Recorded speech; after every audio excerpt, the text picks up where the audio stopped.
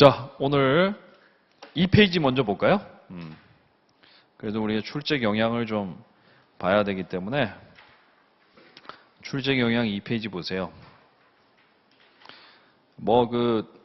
제 책이 이게 세 분야 돼 있잖아요. 인사, 조직, 전략, 마케팅, 경영과 운영 관리 이렇게 해서 세 덩어리인데 출제 영향은 파악할 필요도 없이 888입니다. 888. 네. 그래서 이게 어떻게 된 거냐면 이렇게 된대요. 이게 지분이 있어, 지분이. 그래서 그 교수님 한 분이 출제에 들어가셔가지고 8문제씩 내신대요. 그러니까 인사, 조직, 전략 교수님 한 분 들어가셔서 8문제, 마케팅 교수님 한 분이 8문제, 경영과 운영관리 교수님 한 분이 8문제, 그 다음에 재무관리는 16문제 나니까 거기 2분이 낸대요, 2분. 이렇게 해서 이제 5명이 8문제씩 나눠가지고 40문제 내신답니다. 네. 어쨌든 우리가 이제 그렇기 때문에 그게 인사, 조직, 전략 안에도 이제 그 오른쪽에 3페이지에 보시면 과목이 굉장히 많은데 그거를 이제 한 분이 출제를 하신다는 거야. 그러니까 이제 그건 뭔 얘기예요? 내 전공 빡세게. 내 전공 아님 그거는 아예 안 내거나 아니면 이제 안 빡세게 이렇게 내신다는 거죠. 그래서 보시면 이제 오늘 우리가 오늘은 우리가 경영 일반하고 조직 행동도 좀 할 텐데 경영 일반은 과거 그 8년간 2문제 났어요, 2문제.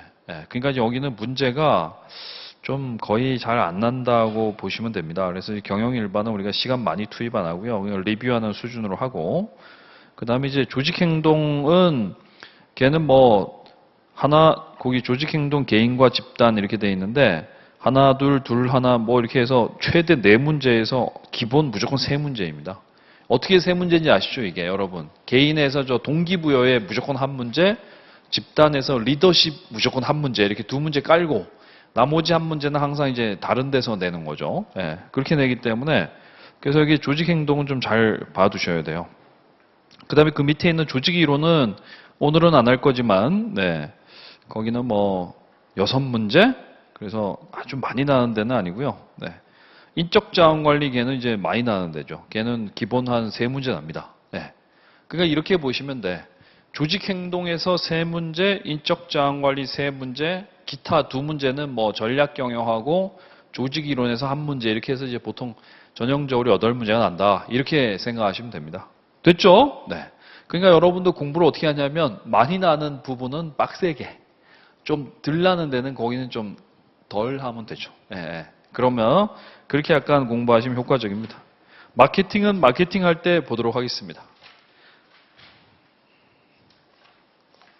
요번에 책 표지 괜찮게 나왔습니까?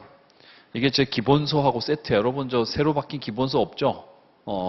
이게 빈센트 반 고호 건데 그거랑 이제 세트로 이게 맞췄어요. 괜찮아요? 누가 좀 멋있게 그린 것 같은데 사실은 그 네덜란드에서 오신 빈센트 그 형님 겁니다. 네. 그 다음에 봅시다. 11페이지부터 봅시다. 그 11페이지 왼쪽에는 주요 키워드 있는데 그건 제가 이제 기출문제 이렇게 보고요. 정말 키워드별로 다 한 거야. 키워드별로 다 하나씩 이렇게 따서 한 거기 때문에 중요한 게 뭔지 보실 수가 있어요. 여기는 이제 문제가 거의 안 나기 때문에 이게 저기 막대 그래프가 몇 개 없어요. 그런데 이제 뒤쪽에 가면 막대가 막 살벌하게 돼 있어요. 11페이지부터 봅시다. 경영 일반. 이 경영학의 발전 과정이 시험에 잘 납니다. 꼭 알아두셔야 되고요. 와, 이게 좀 시작부터 오타가 있나? 고전적 접근법의 클래시컬인데, 클이 왜 옆으로 누워있지?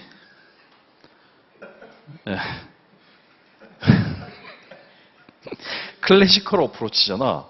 와, 이게 첫 장에 야, 이게 이럴 수가 있나? 클래시컬 이게 L자 이렇게 돼야 되는데 옆으로 누워있네요. 와, 이게 있을 수가 있나 모르겠네. 이제 심혈을 기울여 제가 오타를 잡았네. 이게 첫 장에 있는 게 이게 누가 이게 눕힌 거 아니야, 얘? 자, 어쨌든 처음에 하나 하고 그 다음에는 없겠지. 보세요. 산업혁명기의 경영학이 있는데 그 이제 아담 스미스가 자신의 책 국부론에다가 그 국부론이란 책이 국가의 부에 관한 책이에요. 그러니까 이제 국가를 부자로 만들려면 생산성 향상시켜야 되는데 그러려면 뭐 해야 되냐? 이거 이제 분업해야 된다고 한 거죠. Division of Labor. 요거. 근데 이제 요거를 분업이라고 하는데 요거를 이제 요즘은 분업이라고 안 하고 이거 전문화라고 합니다. 전문화. Work Specialization. Specialization. 그래서 이제 요 Specialization은 요거죠. 우리가 이제 어떤 업무를 처리하는데 막 여러 프로세스가 이렇게 있는데 이거를 이제 잘게 쪼개서 이 프로세스를 보통 이제 뭐 한 사람이 다 했었는데 요 한 개만, 요 좁은 범위의 과업만 이렇게 하는 걸 우리가 이제 스페셜라이제이션이라고 합니다. 전문화라고 하죠, 전문화. 그래서 요거는 우리가 이제 뭐 직무 설계할 때 이렇게 하면 과업의 범위가 굉장히 좁아지기 때문에 미숙련공들도 이거 맡아도 금방 이 일을 할 수가 있기 때문에 싼 인력을 쓸 수가 있고요.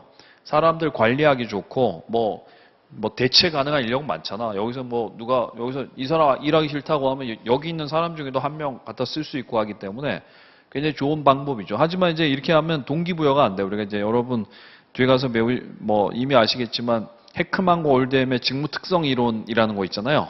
어렴풋이 기억은 나시잖아. 그렇죠? 그거에 보면 이제 우리가 이렇게 좁은 과업을 하면 기술 다양성이 낮아지고 과업 정체성이 낮아지기 때문에 그래서 뭐냐면 의미감이 안 생겨.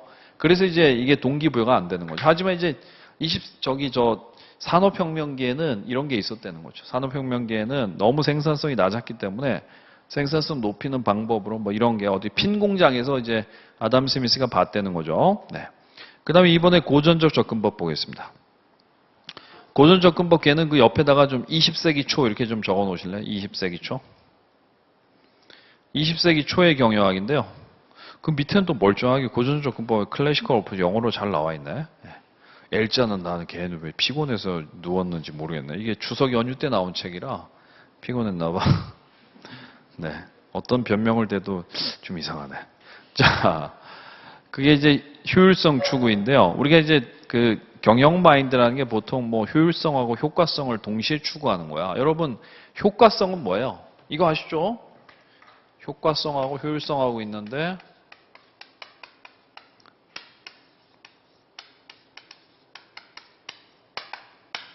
효과성은 effectiveness. 이건 이제 뭐예요? 목표의 달성 여부. 뭐 돈을 얼마 쓰던 그냥 목표를 달성하면 효과적인 거고요. 달성을 못하면 비효과적인 거고. 효율성은 얘는 이거 뭡니까? 이거 다른 말로 하면 이게 자원의 활용도라고 하는데 다른 말로 하면 이건 뭐냐면 이제 최소로 투입하면서 최대 효과를 끄집어낸 이런 거를 우리가 효율성이라고 합니다. 그러니까 이제 우리가 기업 경영이라는 건 둘 다 목표도 달성하면서 동시에 돈도 조금 쓰는 거예요. 이게 최소의 투입으로 이 목표를 달성하는 걸 이게 이 두 개를 이제 소위 말 동시에 교집합처럼 동시에 뭐 추구하는 이런 거를 우리가 이제 기업 경영이라고 하는데, 근데 이제 20세기 초에는 이게 너무 낮았어요. 이게 효율성이 너무 낮았기 때문에 이제 초점이 다 이제 효율성에 맞췄다는 거죠. 그래서 그 박스 안에 보시면 작업 현장에서의 어떤 막 효율적인 작업 방법이라든가 이런 거에 초점을 맞춘 경영 이론은 미국 경영 이론인데 그게 이제 프레드릭 윈슬러 테일러라는 사람의 과학적 관리법과 그다음에 이제 포드 같은 시기에 살았던 저 대량 생산 시스템을 개발한 포드 자동차에서 설립자죠.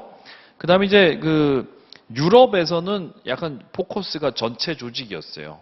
그러니까 이제 미국에서는 어떤 작업 현장의 효율성 향상이라면 유럽은 조직 전체의 효율성에 초점을 맞췄다는 거죠. 그래서 이제 보면 유럽의 이론들은 좀 이 거시적이에요. 그래서 회사 전체에 이렇게 해야 회사 전체가 효율적으로 돌아가. 그래서 이제 페올의 경영 관리론 혹은 뭐 일반 관리론 이렇게 얘기하죠. 그 다음에 이제 관료제론 등등이 있었다는 거죠. 막스 베버에 뒤에 가서 배우도록 하겠습니다. 그래서 이제 어쨌든 이런 뭐 크게는 4가지 이론이 있는데 이거의 공통점은 효율성을 추구했다는 거죠. 테일러의 과학적 관리법 볼까요? 테일러의 과학적 관리, 이 사람 저기 뭐예요? 퀘이커 교도잖아. 퀘이커 교도. 퀘이커 교도라는 게 뭐냐면 이게 얼스퀘이크 저기 이게 떨린 지진이잖아. 그러니까 이제 퀘이커 교도가 이게 기도를 하다가 이게 막 벌벌벌 떨고 막 이런 사람들이래. 그래가지고 그 사람 떨면서 기도한다고 해서 그 퀘이커 교도라고 한대요. 근데 어쨌든 이 사람들이 저 청교도 일파예요. 그래서 여러분 청교도 그 윤리 아시면 성실근면이잖아. 성실근면. 그래서 이 테일러가 굉장히 성실근면한 사람이에요. 그래서 이 사람이 하버드 입학했다가 저기 저 시력이 안 좋아져서 중퇴하고 나서 집에서 논 게 아니라 퀘이커 교도가 집에서 놀 수 있나. 그래서 이제 공장에서 일했죠. 미드벨 스틸 컴퍼니라는 데 갔는데 거기 가서 이제 이 사람이 완전 열심히 일해가지고요. 예, 뭐 저기 관리자가 됐어요. 그래서 관리자가 돼서 보니까 사람들이 좀 열심히 일하는 것 같기도 하고 안 하는 것 같기도 하고 그래서 이제 그걸 우리가 조직적 태업이라고 하는데 그거를 없애려고 이제 뭐 여러 가지 방법으로 연구를 한 거죠. 그래서 이제 일단 시험에 난 것부터 이렇게 체크를 하면 거기 보면 이제 최선의 작업 방법 one best way인데 이것도 시험에 왔어요. one best way, one the best way 혹은 뭐 one best way라고 합니다. 그러니까 이제 이 사람은 작업을 하는데 최선의 작업의 방법이 있다고 믿었어요. 여러분 이제 예를 들면 뭐 경영학 공부의 최선의 방법, 무슨 뭐 다른 거의 최선의 방법, 뭐 회계 공부할 때 최선의 방법, 그러니까 최선의 방법이 따로 있다는 거야. 그래서 이제 그 방법을 내가 연구를 해서 찾아내면, 나는 이제 그 최선의 방법으로 작업을 하니까 생산성을 높일 수 있는 거고, 못 찾아내면 그냥 아니라는 거죠. 그래서 이제 최선의 작업 방법이 있다고 믿고, 그거를 찾아내려고 이제 과학적 방법으로 연구를 했어요. 그래서 막 동작 연구, 막 시간 연구 막 이런 거 했는데요. 그래서 이제 이 사람이 어떻게 했냐면, 그 사람들이 좀 태만하게 일하는 걸 줄이려고 표준 작업량을 구했어요. 일일 공적 작업량이에요. 표준 작업. 내가 사실 여러분 이 표준 작업은 어떤 사람이 하루에 죽도록 열심히 해야 할 수 있는 수준이 아니에요. 왜냐하면 우리가 작업을 예를 들면 뭐 미드벨 스틸 컴퍼니니까 이제 뭐 몸으로 써서 한 작업이 많을 텐데 우리가 여러분 전날 공부 빡세게 오늘 필 받았다고 많이 하면 어떻게 돼? 오늘 공부 한 20시간 해버리면 어떻게 돼요? 내일 죽는 거지. 그렇죠. 그러니까 항상 보면 이제 계속 지속할 수 있는 수준으로 일을 하는 게 굉장히 중요해요. 그래서 여기 그 일일 공정 작업량은 빡센 수준이 아니라 그냥 이제 정상적인 수준에서 할 수 있는 그 정도 수준이에요. 그러니까 이제 여러분 이 얘기를 듣고 와 테일러가 사람들을 열나 부려모으려고 표준 작업량도 정했대. 이렇게 표준 작업량을 엄청 높게 정한 게 아니라 적정하게 정했어요. 적정하게. 그 다음에 이제 그거 하려고 뭐 밑에 보시면요. 과학적인 작업 방식의 연구, 제가 그 삽질도 연구했다 뭐 이런 거 알려드렸죠. 21파운드 삽질이 최적이야. 그 다음에 이제 과학적인 근로자의 선발, 차별적 성과급 제도, 관리 활동의 분업, 시간 연구, 동작 연구, 기획부 제도 뭐 이런 것들을 만들었는데 여러분 여기 사실 1, 2, 3, 4, 5, 6 중에 사실 제일 중요한 거 시험에 잘 나는 게 3번이에요. 차별적 성과급 제도. 여러분 이렇게 된 거 아시죠? 이걸 이제 차별적 성과급이라고 합니다. 여기 표준과업을 정해놓고요. 선처를 나르는 사람은 하루에 48톤은 나르셔야 돼요. 그래서 여기에 임금이 있어요. 그럼 이제 보통은 뭐 이렇게 요건 이제 우리가 뭐 48톤 이상을 나르면 똑같이 8시간을 일했을 때 48톤 넘어서면 만약에 시간당 1,200원을 곱해주고 48톤 안 되면 여기 이제 시간당 1,000원이에요. 그러니까 어떻게 하냐면 여기를 지워. 여기 밑에 사람은 당신은 요거. 위에 있는 사람은 당신은 위에 거. 이렇게 해서.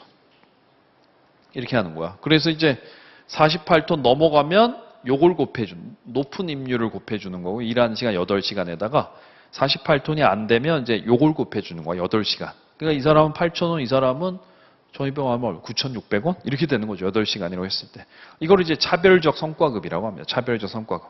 그래서 여러분 보세요. 여러분 앞으로 일하시면 이렇게 돼요라고 이제 돼 있으면 어때요? 그래도 이거를 받으려고 사람들이 열심히 노력을 할 거 아니야. 그렇죠. 그래서 이제 사람들의 어떤 조직적 태업을 없애려고 했다는 거죠. 이걸 이제 차별적 성과급, 테일러식 차별적 성과급이라고 하는데 문제는 어떻게 나냐면 이렇게 나죠. 테일러의 차별적 성과급은 임률이 몇 개야? 임률이 임금률이 시간당 임금률인데 이게 2개잖아. 2개. 여기 나중에 보면 메리크식이라는 게, 메리크식은 이게 또 3개가 돼 있어요. 3개가. 그래프 이게 기울기 다른 걸 3개를 이렇게 그어 놓고 이제 지운 거죠. 여기는 밑에 2개, 가운데 남겨도 2개, 여기 맨 위에 거 2개 이렇게 지우면 3개 되니까 메리크라는 사람이 있어요. 메리크는 임률이 3개고, 메리크라는 사람이 만든 차별 선거업체는 임률이 3개고 테일러는 임률이 2개다는 거죠. 여기 요 갈라지는 역할을 한 게 요게 표준과업이야. 표준과업. 표준 작업량이죠. 그러니까 이제 이거를 우리가 좀 더 다시 한번 돌려서 완곡하게 해석을 하면 뭐라고 돼요? 아, 테일러는 사람을 좀 돈으로 동기부여하려고 했다. 이게 약간 돈으로 동기부여하려고 한 거잖아요. 그렇죠? 그렇다고 우리가 볼 수가 있죠. 그래서 어쨌든 그 테일러의 이 원리들을 집약할 수 있는 단어는 뭐다? 거기 있는 높은 임금, 낮은 노무비의 원리. 그게 이제 테일러의 과학적 관리법을 집약하는 단어인 거죠. 높은 임금, 낮은 노무비의 원리예요. 됐죠? 그러니까 이제 이게 뭐냐면 높은 임금.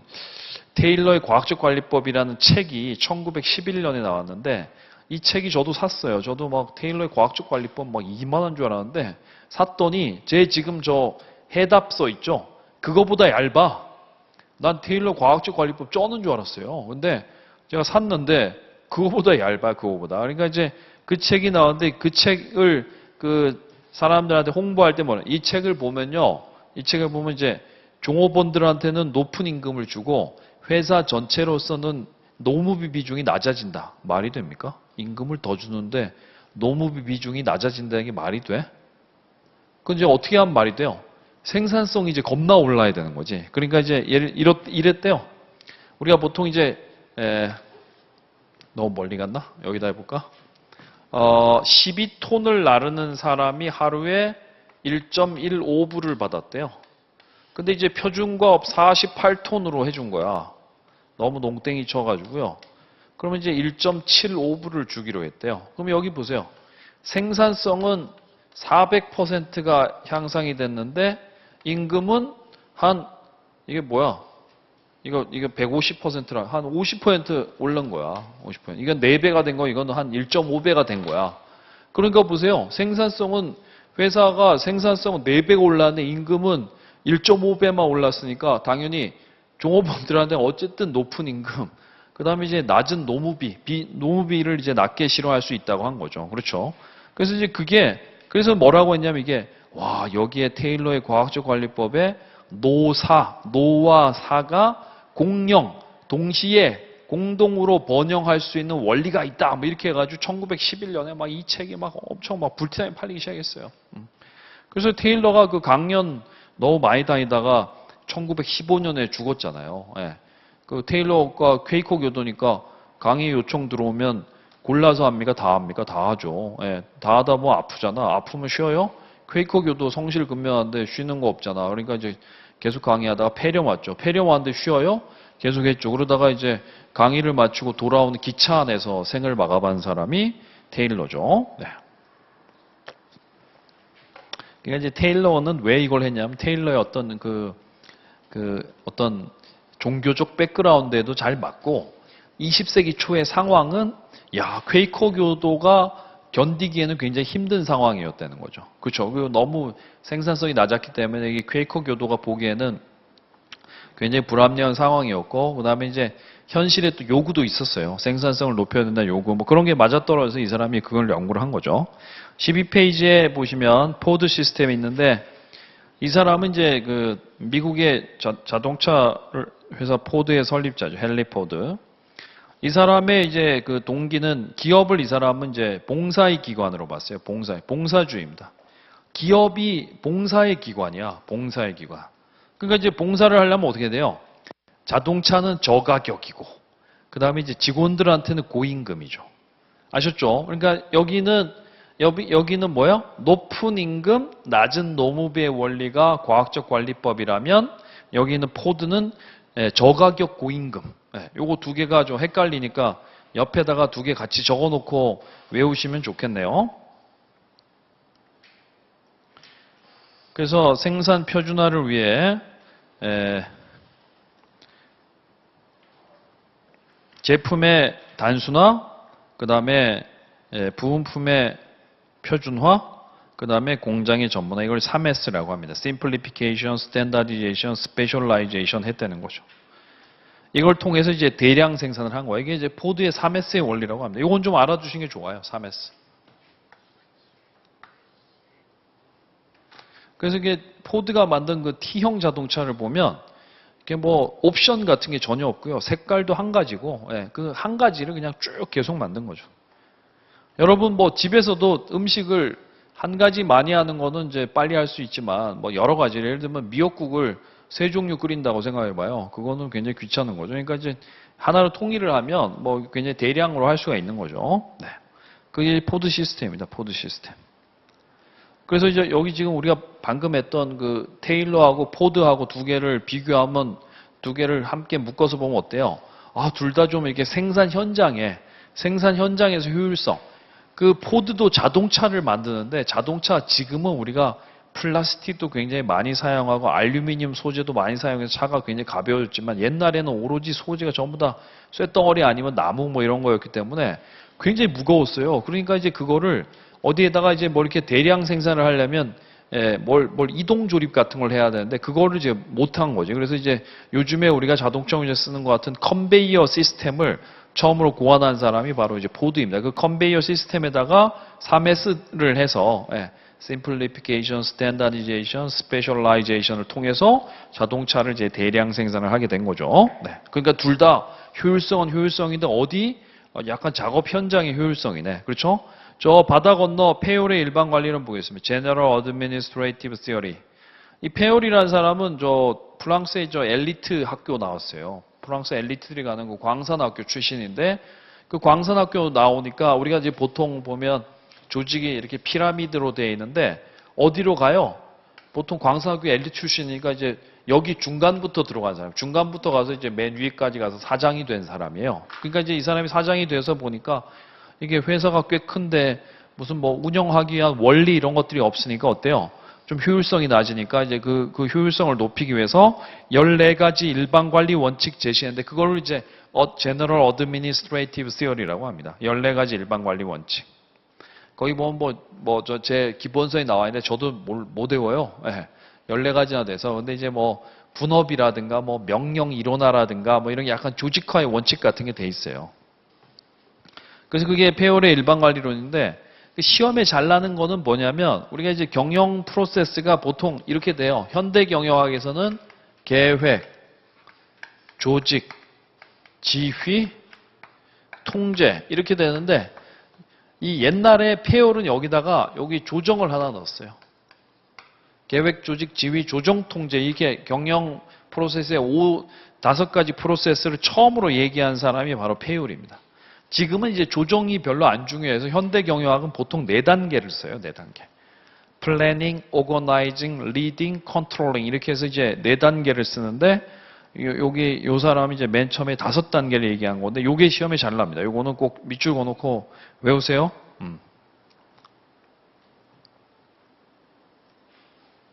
그래서 우리가 테일러하고 비교하면 뭐 굉장히 사뭇 다른 게 뭔가 테일러는 뭐 공장에서 뭐 일을 열심히 하려면 뭐 작업을 어떻게 삽질을 할 때는 흙이 딱딱하면 뾰족한 삽을 쓰고 흙이 좀 이렇게 모래처럼 돼 있으면 네모난 삽을 써야 효율적이야. 뭐 이런 얘기를 했어요. 그런데 이 사람은 뭐 기업 경영할 때는 모든 프로세스를 계획, 조직, 지휘, 조정, 통제에 맞춰서 하시고 조직을 운영할 때는 뭐 전문화도 해야 되고 명령 일원화의 원칙 같은 것도 써야 되고 상사에게 권한을 주고 밑에 사람은 권한을 받들도록 해야 되고 뭐 이런 얘기들을 하고 있어. 그러니까 이제 사장의 그 뷰와 이 공장에 있던 그 감독자의 뷰하고는 굉장히 다르잖아요. 그러니까 이제 여기 있는 이론은 회사 전체에 관련된 거고, 그다음에 테일러 이론은 좀 이렇게 작업 현장에 관련된 거라고 알 수 있죠.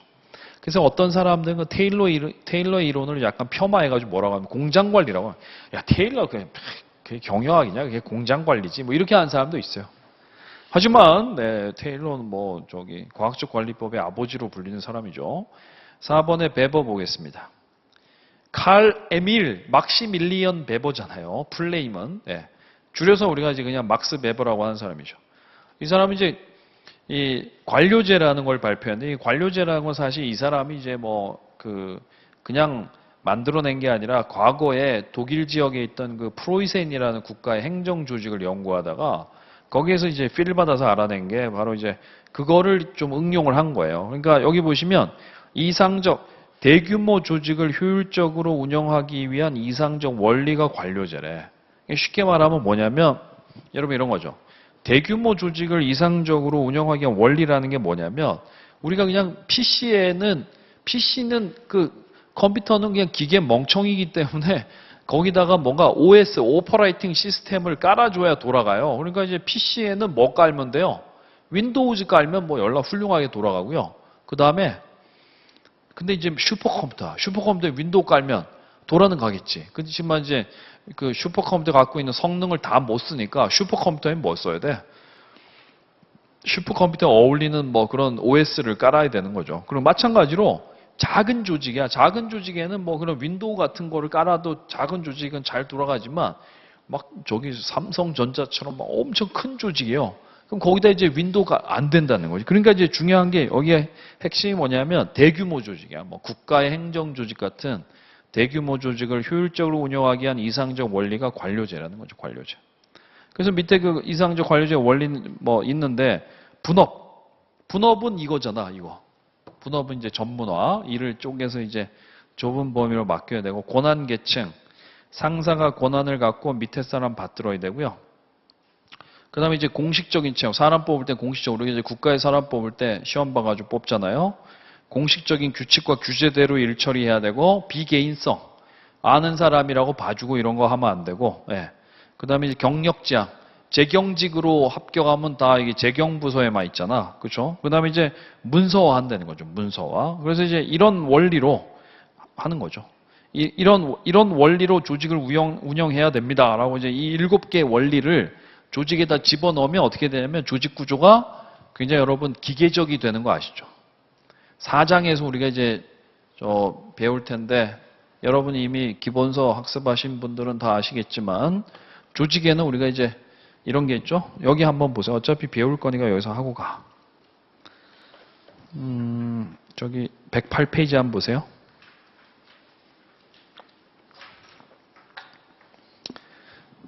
번스와 스타커라는 학자가 그 기계적 조직과 유기적 조직이라는 얘기를 했죠. 어떤 논리입니까? 환경이 스테이블해요. 그 다음에 이제 환경이 언스테이블해요. 환경이 이제 안정적일 때는 우리는 효율성을 추구해야 되고요. 환경이 언스테이블하면 우리는 뭘 추구해야 됩니까? 유연성을 추구해야 돼요. 그러니까 이제 효율성이 높은 기계적 조직으로 설계를 해야 되고 유연성이 높은 유기적 조직으로 설계를 해야 돼. 이게 무슨 얘기냐면 이제 환경이 안정적이에요. 여기 앞에 여기 식당이 있는데 설렁탕 집인데 하루에 설렁탕이 500그릇 플러스 마이너스 10그릇 팔려요. 그러면 정말 거의 매일 500그릇 팔리니까 매일 설렁탕 500인분씩만 끓이면 되는 거야. 밥도 500인분, 그 겉절이 김치도 500인분, 서빙하는 사람도 매일 그 일정하게 내일도 오세요 이렇게 해서 쓰면 돼요. 그러니까 이제 굉장히 효율적으로 촥촥촥 돌아가죠. 반면에 이제 이쪽은 여기는 500그릇 플러스 마이너스 400그릇. 그래서 막 어떤 날은 900그릇도 팔리고 어떤 날은 100그릇 팔려요. 그러면 이런 경우에는 이제 효율성, 매일 500인분 준비하는 게 아니라 어떻게 돼요? 미리 다 끓여가지고 이제 작은 찜통에다 옮겨놓고 고기도 다 삶아서 이렇게 썰어놨다가 손님이 오면 뚝배기에다가 미리 썰어놓은 고기 좀 넣고 소면 좀 넣고 국물 끓여놨고 너가 다시 그 뚝배기 팔팔 끓여가지고 그냥 내야 되는 거지. 그렇지? 그러니까 손님이 오면 무조건 이제 먹고 갈 수 있도록 유연성이 강조되는 거야. 그러니까 이제 우리가 효율성이 높은 게 기계적 조직, 기계비. 여러분 믹서기에다가는 전기만 꽂아주고 명령만 1단, 2단 명령만 내리면 자동으로 돌아가. 그렇죠? 하지만 믹서기 물속에 넣으면 돼요? 안 되잖아. 그러니까 이제 걔는 그게 굉장히 효율성이 높아. 하지만 인간은 굉장히 효율성은 낮아요. 우리가 막 일사불란하게 막 일어나자마자 저도 오늘 아침에 알람 맞춰놨지만 바로 팍 일어나고 막 일어나자마자 푹 샤워하고 막 밥 쫙 먹고 여기 와서 막 강의 막 죽도록 하고 막 이런 게 아니라 강의 좀 여러분 공부 좀 되려면 아직 아니잖아. 12시 반쯤부터 공부 좀 되잖아. 그죠? 예, 뇌가 좀 그때 부팅돼가지고 좀 공부 붙잖아. 그렇죠? 예, 그러니까 그게 약간 유기체죠, 유기체. 그래서 이게 효율성이 높은 거고 이게 유연성이 높은 거예요. 근데 이제 기계적 조직과 유기적 조직의 특징을 보면 여기가 이제 전문화. 요거. 전문화. 그 다음에 이제 공식화. 집권화. 이렇게 돼 있어요. 집권화. 이게 여기가 다 고고고야. 여기는 저저저입니다. 전문화 뭐예요? 전문화 이제 자기 굉장히 좁은 범위의 과업을 하는 거고 공식화는 업무가 표준화되어 있는 정도고 집권화는 의사결정권을 저 피라미드에 여기 있는 꼭대기에 있는 사람이 다 갖고 있는 걸 집권화라고 해요. 이게 이제 기계적 조직은 이게 다 높아요. 그렇죠? 네. 그 다음에 유기적 조직이 다 낮아요. 이건 뭐 제가 기본서 할 때도 굉장히 강조했던 거 여러분 이제 어렴풋이 기억나실 거예요. 그렇죠? 네. 이게 기억이 안 나면 이제 약간 죄악시 하시면 돼. 뭔가 죄를 저지른 거야. 네. 그런데 근데 다시 한번 우리가 뭔가 죄를 갖고 열심히 해야 되겠네. 우리가 죄를 없애려면 12페이지 보시면 분업 배버 이상적 관료제 원칙 분업을 해야 된다니까 이제 이게 전문화가 고가 되는 거예요. 그 다음에 권한 계층 상사가 권한을 갖고 밑에 사람 받들어야 되는 게 집권화가 고가 되는 거야. 그 다음에 공식적 규칙과 규제, 문서화 이런 것 때문에 공식화가 고가 되는 거예요. 그렇죠. 그러니까 이제 배버 이상적 관료제의 원칙은 사실 조직 구조는 아니지만 이 원칙을 조직에다가 확 주입을 하면 조직 구조는 뭐에 가까워져요? 굉장히 기계적에 가까워지는 거지. 그런데 여러분 보세요. 기계적 조직은 어떤 환경에 어울려? 여기에 어울려, 여기에 어울려. 여기 스테이블한, 안정적, 20세기 초기는 굉장히 안정적인 환경이죠. 그때는 맞지만 지금은 우리가 환경이 얼마나 빨리 변해요. 그렇죠. 그러니까 이제 요즘 이런 관료제 원칙을 요즘 이런 환경인데 여기 쓰면 이게 궁합이 이게 안 맞지. 그래서 우리가 뭐 관료제의 뭐 문제점, 관료제의 병폐 뭐 이런 얘기를 이제 많이 쓰는 거죠. 오케이? 그러니까 어쨌든 요즘 환경이 굉장히 언스테이블하기 때문에 언스테이블 환경에서는 우리가 효율성은 갖다 버리고 유연성이 더 중요하기 때문에 유연성이 높은 뭘 선택해야 된다? 유기적 조직을 선택해야 된다는 거죠. 유기적 조직이 뭐예요? 조직을 유기체에다 비유한 거예요. 유기체. 인간이나 뭐 이런 동물 같은. 네. 됐죠? 네. 자, 그래서 우리가 요 클래시컬 어프로치 배웠는데 다시 한번 돌아가서 보면 그 박스에 있는 거를 보면 고전적 접근법은 보니까 뭐 동네마다 초점이 작업 현장이고 전체 조직이고 약간 이런 포커스는 좀 다르지만 공통점보다 효율성이다, 효율성. 어떻게 하면 조직을 더 효율적으로 운영할까? 이런 거를 이제 생각을 했다는 거죠. 됐죠? 네. 그 다음에 12페이지 인간관계론 보겠습니다. Human Relations. 이게 그 1910년대, 11년에 과학적 관리법이 나오면서 이게 막 시대를 풍미했어요. 그러니까 이제 뭐 그런 일환으로 그 호손이라는 공장에서 일리노이주 시카고 근교에 가면 호손이라는 동네가 있나 봐. 그래서 이제 호손이라는 웨스턴 일렉트릭이라는 회사의 공장이 있었어요. 그게 이제 뭐 벨식 전화기 만드는 회사인데 거기서 이제 맨 처음에는 조명 실험을 한 거죠, 조명. 그때 1920년대에 형광등이 처음 개발됐대. 그래서 형광등 그때는 뭐 엄청 비쌌겠죠. 그래서 이제 형광등을 설치하면 굉장히 효율이 올라요. 뭐 이런 얘기를 이제 했는데 그게 사람들이 설치를 안 하니까 그래가지고 이제 이 실험을 해보니까 결과가 뭐였어요? 조명은 그렇게 큰 영향이 없네. 그걸 알게 되고 이제 뭐 1차, 2차, 3차, 4차에 걸친 실험을 해보니까 알게 된 건 뭐예요? 그게 어떤 작업의 물리적 조건 뭐 이런 것도 이제 뭐 중요는 하지만 더 중요한 건 뭐예요? 뭐 이게 사람들 간의 관계, 그 다음에 어떤 비공식 집단의 규칙, 뭐 이런 것들이 더 중요한 걸 알게 된 거예요. 그게 바로 이제 인간관계론입니다. 인간관계론. 예를 들면 이제 여기 우리 객관식반에 계신 분들도 여기 굉장히 친하게 지내. 근데 이제 예를 들면 여기서 이제 어떻게 잘못하다가 한 명이 왕따가 됐어. 그럼 어떻게 됩니까?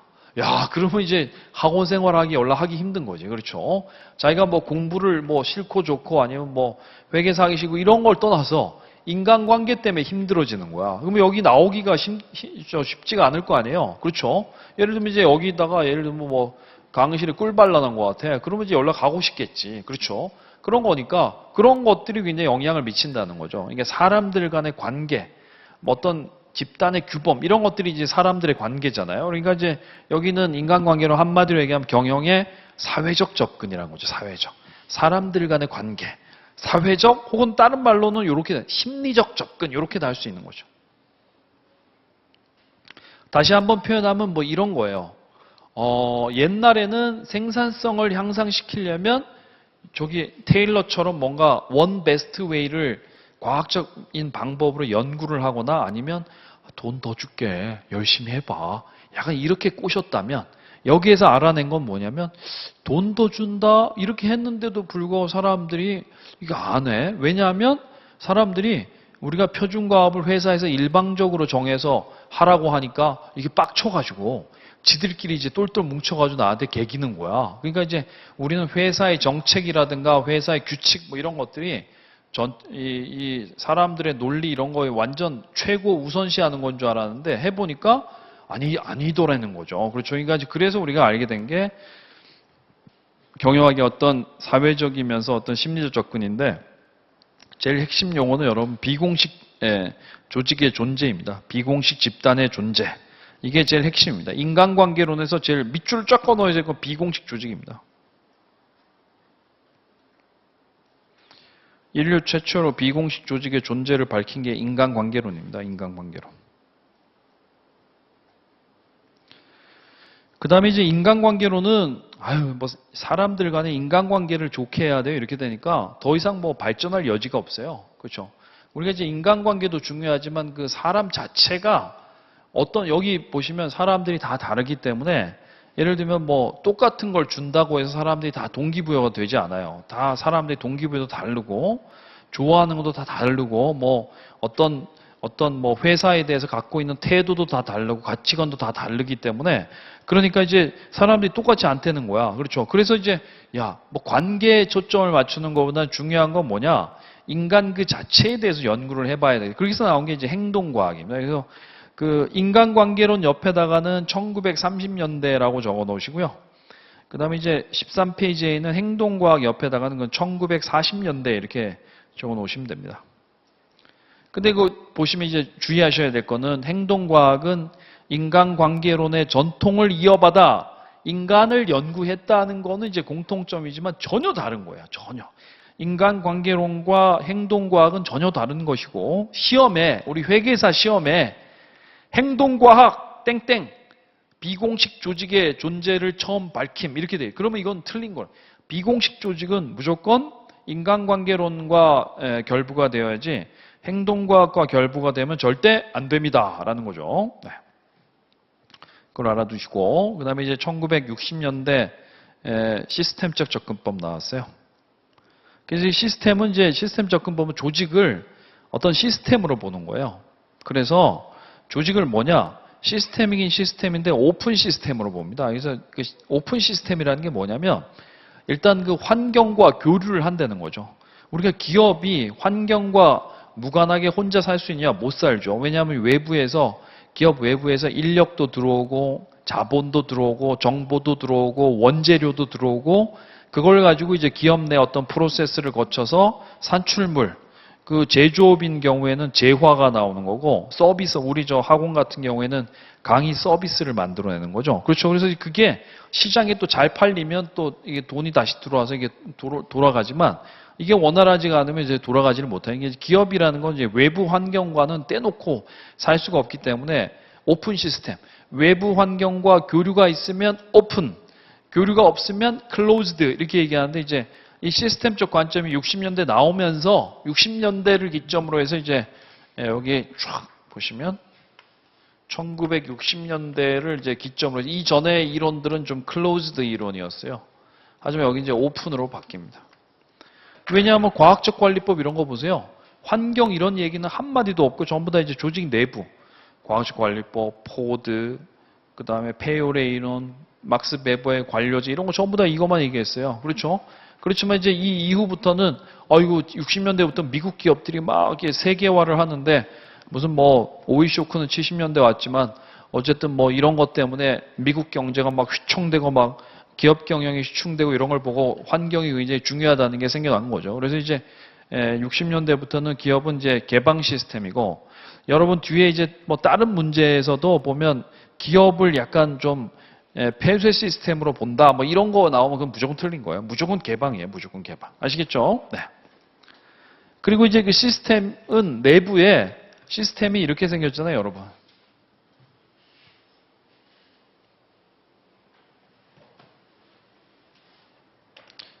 시스템이 이게 하나의 시스템은 뭐 이렇게 환경에 둘러싸여 있는데 시스템 내부는 이게 작은 시스템들이 막 굉장히 상호 유기적으로 막 얽혀 있어요, 이게.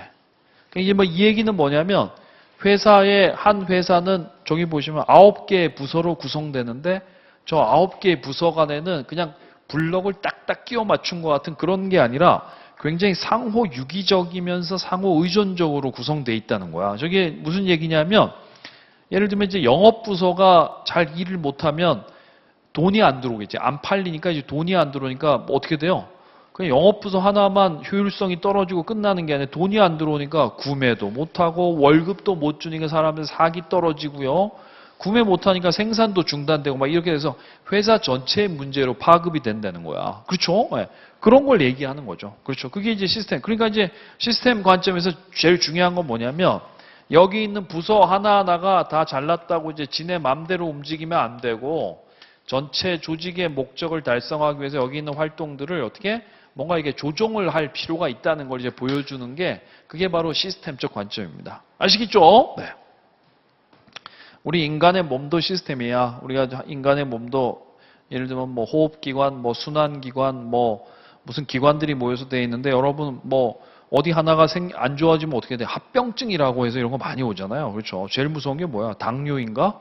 뭐 이런 것들이 있잖아. 그러니까 이제 그런 거를 얘기하는 거야. 그런 거. 그게 시스템적 관점입니다. 경영에서 굉장히 중요한 거죠. 네. 그 다음에 이제 70년대 상황론적 접근법이 나왔죠. 야, 제일 좋은 게 어딨냐? 상황에 맞는 게 좋은 거지. 그러니까 이제 이런 모든 상황에 동일하게 적용될 수 있는 경영 이론, 이런 걸 우리가 이제 뭐 쉽게 영어로 Universal Theory라고 하면 Universal Theory. 모든 상황에 다 들어맞는 그런 이론은 없다는 거죠. 그럼 어떤 게 있냐? 뭐 상황에마다 다 다르죠. 그렇죠? 네. 여러분, 자고 일어나자마자 음료 뭐 마셔야 돼? 자고 일어나자마자 음료는 뭐가 좋아? 뭐 커피 이런 게 좋지. 자기 전에는 굳이 마셔야 된다면 뭐 좀 이게 카모마일 티? 뭐 이런 게 약간 졸린다며 뭐 그런 게 좀 좋지. 그렇죠? 자기 전에 그냥 커피 한 잔 하고 자면 어떻게 돼? 그러면 잠이 잘 안 오거나 뭐 좀 속쓰리거나 그럴 때. 그러니까 이제 그러면 이제 모든 상황에 다 들어맞는 음료 없냐? 없죠. 그렇죠? 뭐 그런 것처럼, 상황에 맞는 걸 써야 된다는 거죠. 여러분 손에 지금, 몽쉘 통통이 들려 있어. 그럼 음료를 고르면 뭐 고를 거야? 몽쉘 통통이랑 뭐랑 먹어야 돼요? 우유? 그러면 단 초코 케이크는? 그렇죠. 그런 거지. 그런 거지. 또 우유라고 얘기했으면 내가 혼내려고 했었는데, 그것도 우유요. 이렇게 하면, 뭐, 우유 좋죠. 네. 그 다음에, 어제는 그걸 상황론적 관점이라고 합니다. 그래서 상황론적 관점에서 여러분 어떤 게 있었죠? 상황론적 관점? 그 리더십 이론에 상황 이론이 있잖아. 상황에다 달라져야 된다. 피들러와 허시와 블랜차드, 브룸과 예튼, 그 다음에 하우스의 경로 목표 이런 게 있었고요. 조직 설계할 때도 어떻게 해야 돼요? 상황론적으로 전략, 규모, 기술, 환경에 따라서 조직 구조 달라져요. 이렇게 된 거죠. 그렇죠? 네. 어렴풋이 기억날 수도 있고. 네. 그 다음에 7번. 자원 기반 관점은 뭐요? 리소스 베이스드 뷰. 야, 이건 이제 기업이라는 게 자원의 집합체이고 기업의 그 경쟁력은 그러니까 소위 말하면 이런 거야. 여러분 닭강정 좋아합니까? 전국 3대 닭강정집 가봤어요? 몇 군데 가봤어요? 좋아한다면서. 안 좋아하는 거네, 여러분. 여러분, 3대 닭강정집 어디 있어? 그건 또 들어가는지 사람마다 좀 다르더라. 저기 속초에 가면 뭐, 안성 닭강정이라고 있고, 들어봤어요? 속초. 그 다음에 영월에 가면 닭강정집 하나 있고, 어떤 사람은 뭐 군산이라는 사람도 있고, 어떤 사람은 인천에 있는 그 신포라는 사람도 있고, 뭐 그러는데 어쨌든. 근데 저기 속초, 제 입맛에는 저 속초가 좀 약간 매콤한 게 좋더라. 근데 제가 그 속초까지 그 닭강정을 사러 갔다 와서 서울에서, 예, 죽도록 달려서 가니까 2시간이면 가더라고. 그러니까 이제 가서 사왔었는데, 제가 왜 속초까지 갔어요? 그게 맛있으니까. 그러니까 이제 그게 우리가 중요한 거는 여러분, 닭 장사 해가지고 돈 많이 벌려면 여기 강남역이라든가 이런데 아주 사람들이 유동인구 많은 데다 해야 되는 것 같지만 실제로 맛있기만 하면 아마 제가 저기 이북 땅에 닭강정 집을 해도 사람들이 월북하는 사람이 많을 거야. 닭강정 먹으려고. 네.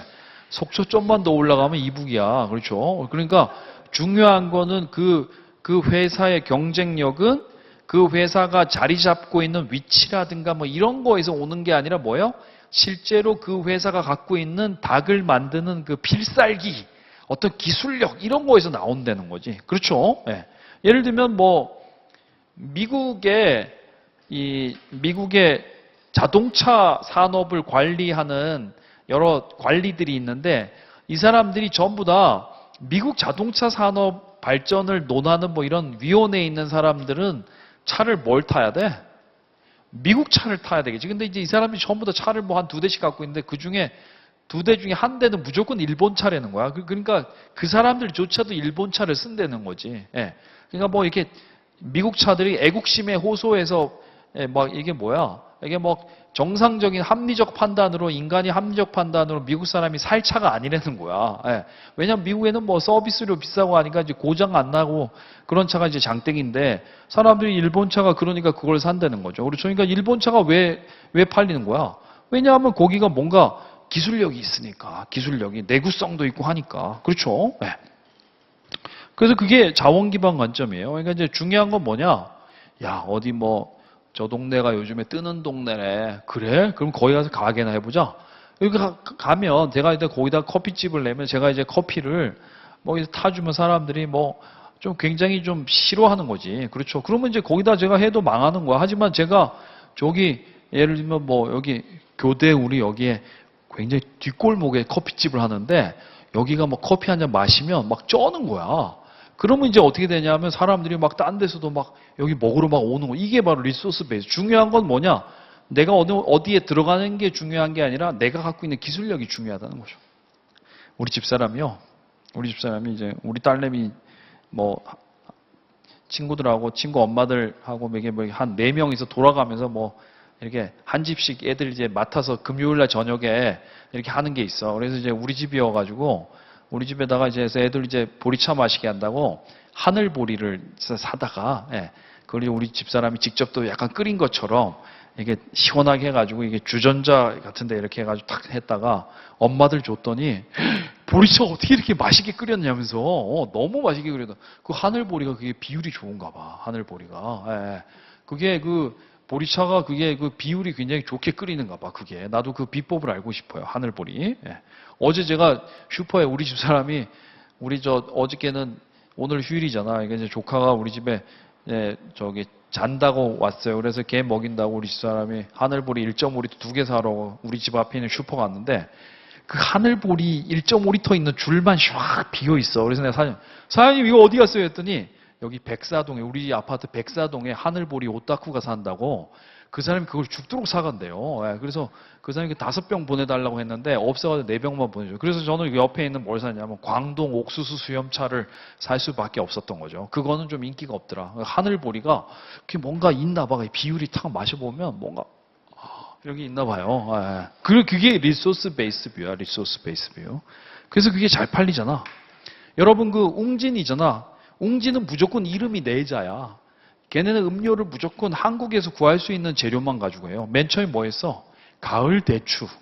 가을 대추는 잘 파니. 그 다음에 뭐 했냐면 아침 햇살. 쌀음료죠. 그거 대박 났어요. 그 다음에 뭐 했냐? 초록 매실. 대박 났어요. 그래가지고 거기에 필 받아가지고 이제 뭐 하다가 무슨 팥음료 만드는 그건 개망했어요. 예, 팥으로 만든 음료인데 그건 붕어빵을 물에 녹여놓은 맛이어가지고 그건 망하고. 예.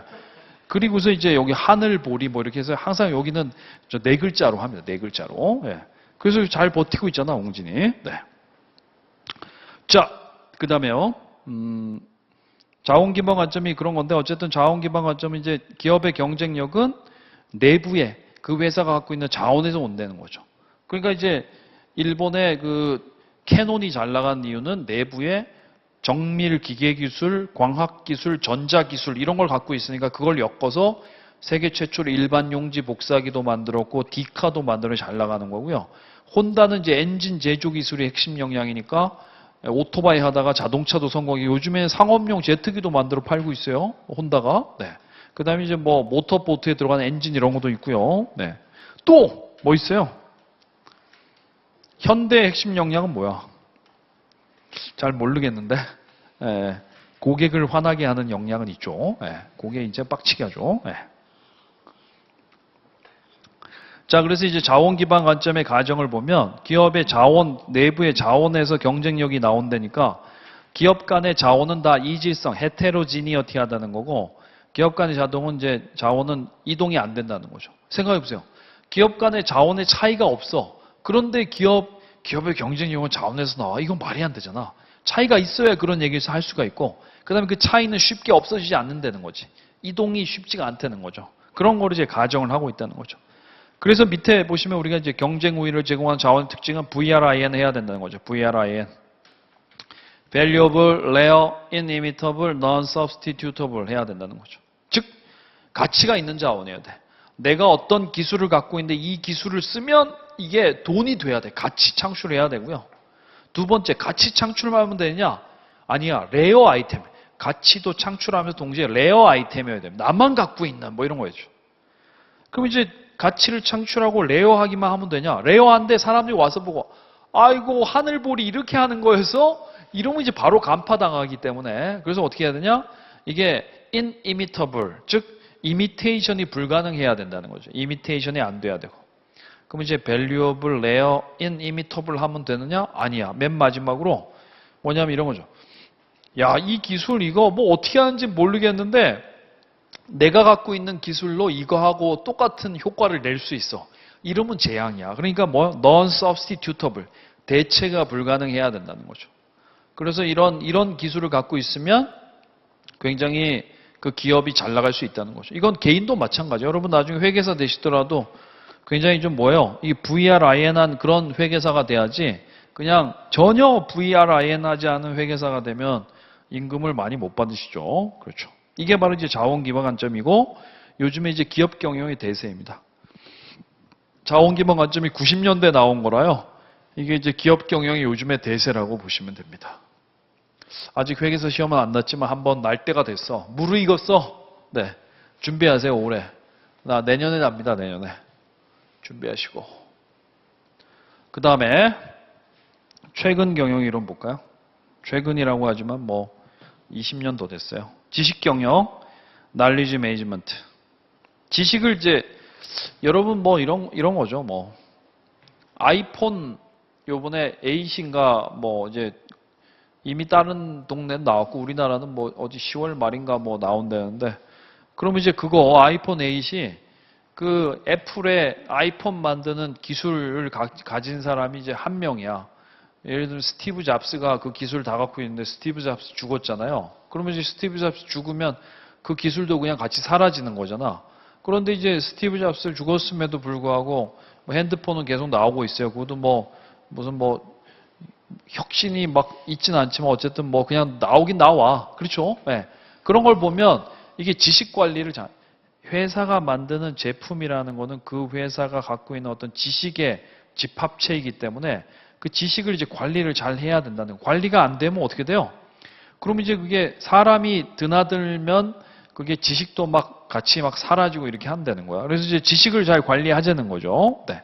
예를 들면 지식이 확 사라지면 다시 그 정도 수준까지 올라가려면 굉장히 시행착오를 많이 겪어야 되잖아요. 그걸 이제 지식 경영이라고 합니다. 그래서 15페이지에 보시면 일단 지식에는 지식이 이게 전수하기가 좀 어려운데 왜 그러냐면 사실 형식지는 문제가 안 돼요. explicit knowledge 형식지. 말이나 글로 표현 가능한 객관적 지식을 형식지라고 하고, 그 다음에 이제 암묵지는 언어로 표현할 수 없는 주관적 지식을 암묵지라고 합니다. 그럼 형식지는 뭐 말이나 글로 표현 가능하니까 이렇게 뭐 책을 써서 줘도 되고 매뉴얼 아니면 뭐 비디오에다가 아니면 녹음해서 주면 전수가 돼요. 예. 그렇지만 이제 그 암묵지는 이건 이제 전수가 힘든 거야. 예. 그러니까 이제 뭐 이런 거래요. 우리가 이제 저 비행기 파일럿들이 배울 수 있는 지식 중에 제일 그 고급 기술이 뭐냐면 막 악천후 상황에서 비행기 사실 최악의 바람은 옆바람이래, 옆바람. 옆에서. 비행기가 이제 착륙을 하는데 비행기 바람이 옆에서 불면 여기를 내려야 되는데 비행기가 계속 밀려나서 이게 저기 활주로를 밀려난대요. 그러니까 이제 여러분 유튜브 이런 데 보시면 바람이 엄청 부는데 내려야 되면 비행기가 지금 활주로 여기면 저쪽을 향해요. 앞이 저쪽으로 돼 있어. 저쪽으로 가려는데 바람이 부니까 대가리는 저쪽인데 비행기는 활주로 위로 정확히 이렇게 갑니다. 이렇게 가다가 내릴 때쯤 되면 대가리를 확 틀어서 이렇게 쫙 내리는 이런 기술이 있어요. 이런 거를 부기장 시절에 기장한테 배운대. 부기장 하면서 기장이 그거 샥 하는 거, 그거는 자동으로 못 하니까 그런 걸 이제 샥 하다가 샥 이렇게 하는 거, 기술 같은 거를 그때 배우는 거라. 그러니까 이런 게 이제 암묵지야. 기장한테 그거 완전 연락 잘하고 있는 사람이 있는데 그 사람한테 그거 좀 매뉴얼 하나 써주세요. 이렇게 하면 그건 못 쓰는데. 자기도 하지만 어떻게 어느 상황에서 이게 뭔가 이게 샥 손이 간질간질할 때가 있어. 근데 샥 틀어서 내리는 거기 때문에 그걸 알려줄 수 없어. 이런 게 이제 소위 말해 돈 되는 지식이죠. 왜냐하면 비행기 안에 한 뭐 300명씩 타고 있는데 그거 사람 살리는 기술이니까 그게 만약에 바람 그칠 때까지 서 있으면은 못 내릴 수도 있어. 그러니까 그런 기술이 암묵지예요. 암묵지. 이승엽 은퇴했지만 홈런 치는 법 좀 알려주세요 하면 그걸 얘기를 못해. 순식간에 뭐 쭉 일어나는 과정이라 설명을 못해. 이런 게 이제 암묵지인 거죠. 암묵지. 네. 그래서 중요한 건 이제 암묵지다. 전수가 안 되기 때문에. 그래서 이제 그걸 전수하려면 어떻게 해야 되냐? 15페이지에 보시면 암묵지에서 암묵지. 그 마치시타 전기에서 제빵기 개발 사례 제가 기본서 할 때 말씀드렸잖아요. 네. 암묵지에서 암묵지로 배우는 걸 이식화라고 합니다. 마치시타 전기에서 제빵기를 만들었는데 빵 맛이 연락 없어서요. 뭐 빵 맛이 없다기보다는 이제 제빵기를 만들면 그게 뭐죠? 저기 고객들한테 빵 만드는 법이라는 매뉴얼 같은 거 책 하나 줘야 돼요. 여러분 오븐 사 보시면 오븐에 항상 그런 매뉴얼 책 따라옵니다. 그러면 그 매뉴얼 써야 되잖아. 그러니까 어떻게 해요? 뭔가 좀 제대로 써야지. 그래서 제대로 쓸 수 없어서 저기 갔어요. 오사카에 있는 연락 유명한 호텔에 주방장이 빵을 잘 만든다고 해서 그 사람의 암묵지를 그 사람 밑에다가 이제 허락을 받고 직원을 넣었어요. 그래서 암묵지로 배우는 거죠. 어떻게 하냐? 그 사람이 이제 빵 만드는 법을 보세요. 밀가루 이만큼 넣고 물 넣고 뭐 이런 게 아니라 그 사람이 빵 만드는 거를 옆에서 보는 거야, 계속. 그래서 같이 빵을 만드는 거 도와주면서 한 6개월 정도 하면 어느새 자기도 보면 6개월 후에 자기도 이제 뭐 이게 반죽을 하고 막 빵을 만들고 있는 거야. 그렇게 해서 몸으로 배우는 걸 이식화라고 합니다. 젖어드는 거야, 젖어드는 거. 우리가 우리 조폭이야. 우리가 조폭인데 여기 신입 조폭 하나 들어왔어요. 그럼 어떻게 해? 우리가 얘 데리고 다니면서 같이 밥 먹고 약간 침 뱉는 법도 좀 알려주고 담배 무는 법 여기다 넣어 끝까지 해가지고 약간 이렇게 해서 하고 걷는 법 약간 옆을 걷는 법이라든가 가방 여기 일수 가방 매는 이런 거 좀 알려주면 얘가 이제 한 달 정도 하면 얘 물들잖아. 그래가지고 이제 얘가 또 굉장히 마른 애야. 그러면 이제 계속 몇 끼마다 이제 게사료 먹인대. 게사료가 살이 잘 오른대. 그래서 여기다 뭐 등 이런 데다가 팔에다가 좀 만화 좀 그려주고 이렇게 되면 애도 얼추 이제 조폭bil이 날 거 아니야. 이걸 이제 물들이는 거죠. 이걸 이식화라고 해. 이식화. 아시겠죠? 그러니까 뭘 알려줘. 야. 담배는 여기다 이런 게 아니라 그냥 물들이는 거야. 그걸 이식화라고 합니다. 우리나라 옛날 도공들이 이제 제자한테 무슨 레시피를 알려주는 게 아니라 같이 하다 보면 그냥 얘도 물들어서 그냥 도자기 만들고 있는 거야. 그게 이제 이식화고요. 그래서 이제 마치스타 전기 직원이 그걸 배웠어. 암묵지를 배웠어. 그래서 그 암묵지를 형식지화, 빵 만드는 법, 이렇게 책을 쓰는 거를 아티큘레이션이라고 합니다. 의미 있는 소리로 바꾸는 걸 아티큘레이션. 그러면 이제 그 책을 보고 다른 사람들도 형식지에서 형식지로 배우는 거죠. 그러다가 이제 계속 하다 보면 자기도 이제 그 책 필요 없어. 자기만의 이제 빵 만들고 자기 이제 속으로 이제 녹아드는 거죠. 그걸 내재화라고 합니다. 그래서 이제 이식화, 분절화, 연결화, 내재화가 계속 돌면서 집단 수준, 개인 수준, 집단 수준, 조직 수준 올라오면 어떻게 돼요? 와, 지식이 회사 전체에 쫙 다 퍼져서 어떤 한 명이 나간다고 해서 뭐 지식이 사라지고 뭐 그렇지 않고 지식은 또 공유하면 공유할수록 가치가 더해지고 사람들이 거기에다 자기가 갖고 있는 노하우 같은 거를 하나씩 더 내니까 요즘엔 반죽을 이렇게 좀 차게 한대죠. 차게 이렇게 뭐 찬물에다 하고 좀 차게 한대.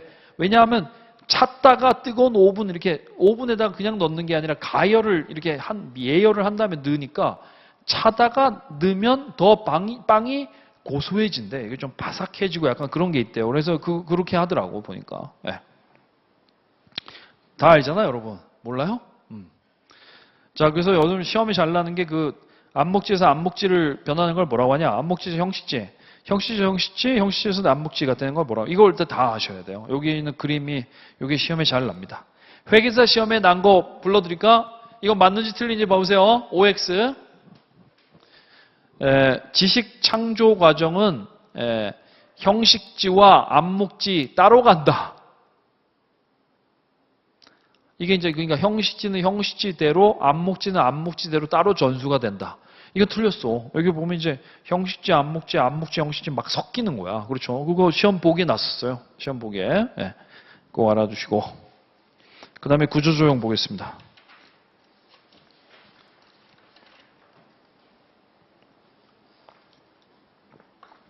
1장은 시험에 거의 안 나니까 1장까지 다 하고 쉽시다. 문제는 몇 개만 풀게요. 다 나머지는 여러분이 푸시고. 구조조형 봅시다. 리스트럭처링. 리스트럭처링은 뭐 거기 보면 이제 구조조정인데요. 구조조정이 뭐 여러 가지가 있어요. 뭐 우리가 사업 구조조정도 있어요. 업종을 바꾸는 거죠. 두산은 옛날에 막 소비재 위주였었는데 요즘은 중공업 위주로 바뀌었고요. 그런 거 이제 사업 구조조정이라고 하고, 그 다음에 이제 재무 구조조정이 있어요. 여러분 이자율이 막 올라가는데 부채 비율이 높으면 어떻게 돼? 야, 돈 벌어서 그냥 뭐 이자 갚기가 급급한 거야. 그렇죠? 여러분 지금 막 가계 부채 비율 열나 높은데 이자율 올라가면 뭐가 양산이 돼? 하우스 푸어. 저 빚내서 집 산 이런 사람들은 자기 소득 대비 이자 내고 나면 거의 뭐 생활이 안 되니까 이자는 내야 되는 거 아닙니까? 그러니까 이제 그런 거야. 그런 거 이제 재무구조조정이라고 하고요. 그 다음에 이제 세 번째가 조직구조조정인데 그건 이제 약간 조직 혁신이야. 조직에 약간 이제 뭐 탄력을 주려고 하는 거죠. 그래서 그 리엔지니어링 BPR은 뭐예요? 비즈니스 프로세스를 리엔지니어링 하는 거죠.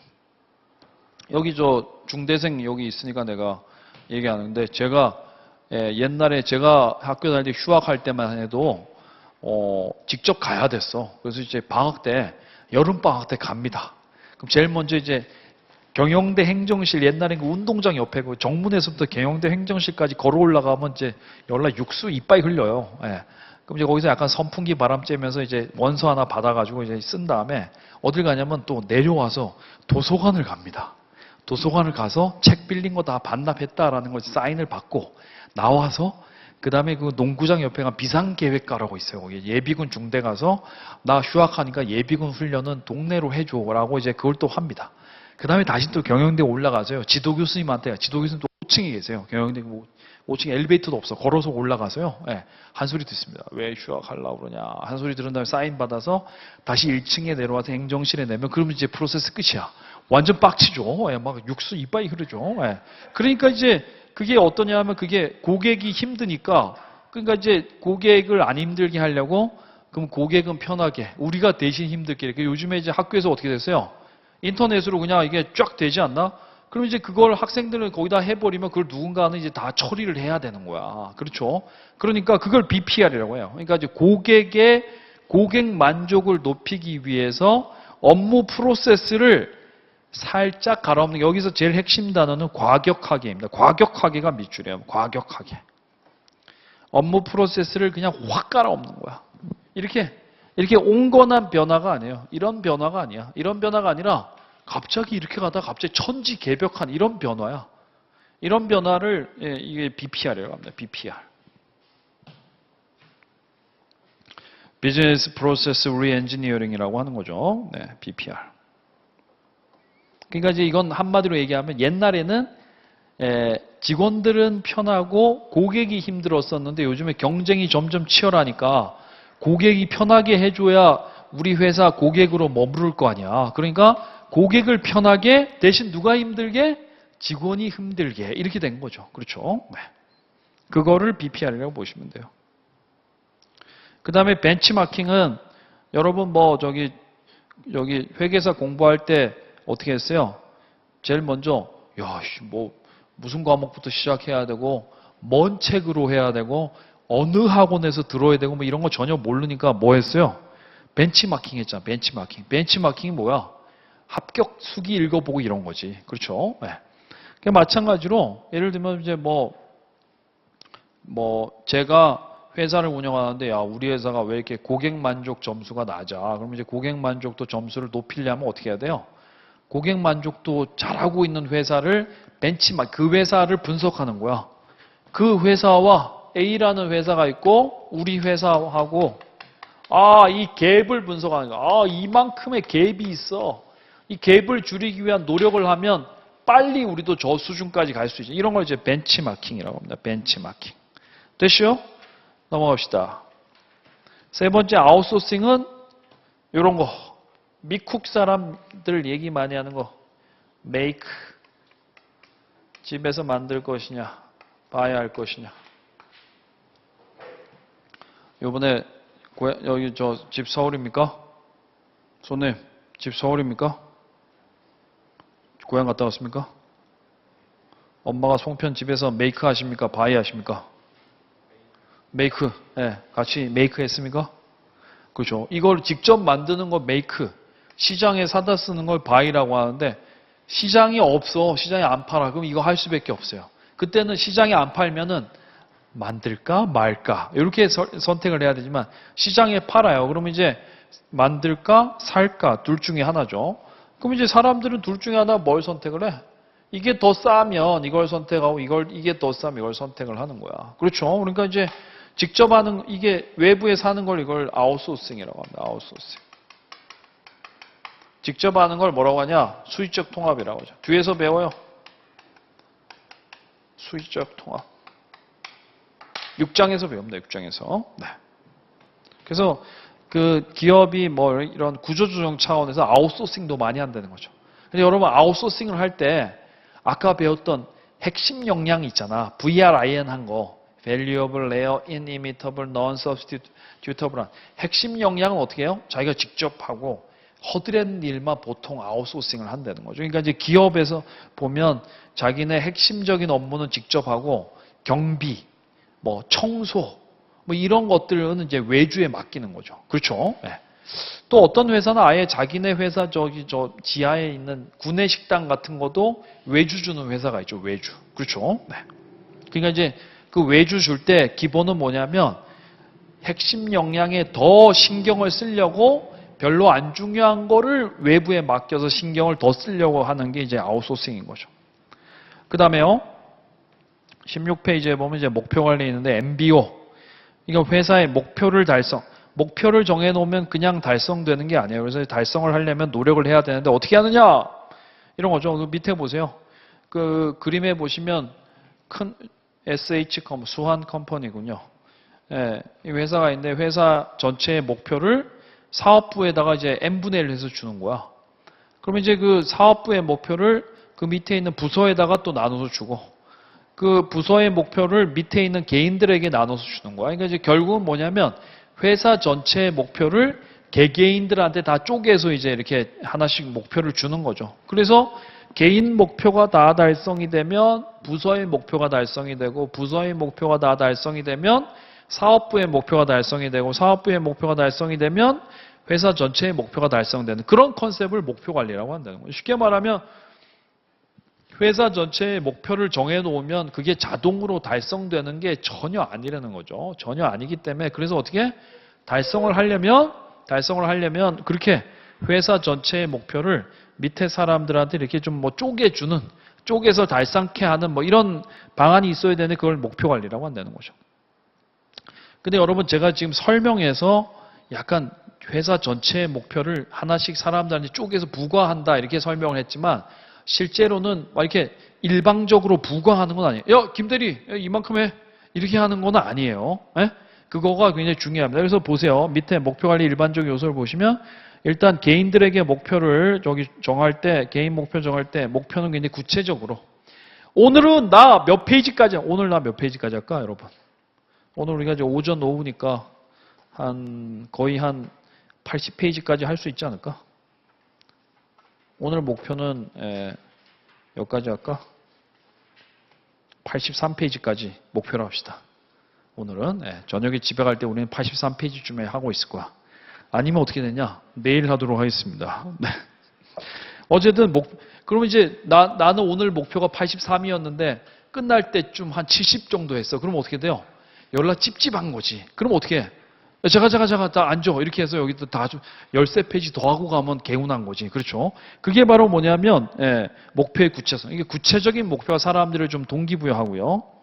여러분들도 그러니까 이제 목표 정할 때 오늘은 진짜 열심히 해야지 이렇게 하는 것보다는 뭐요? 딱 몇 페이지 딱 정하는 게 좋죠. 그 다음에 참여적 의사결정. 목표를 정할 때 일방적으로 하는 게 아니라 목표를 정하는 의사결정의 부활을 참여시키는 거죠. 참여. 그 다음에 이제 명확한 기간, 보통 1년. 그 다음에 피드백, 중간중간에. 김대리, 올해는 뭐, 이렇게 협의를 해서, 예를 들면 목표가 48대야. 그러면 이제 한 달에 4대씩 팔면 되니까, 매월 말에 4대씩 팔렸는지를 이제 이렇게 체크 해가지고요. 예.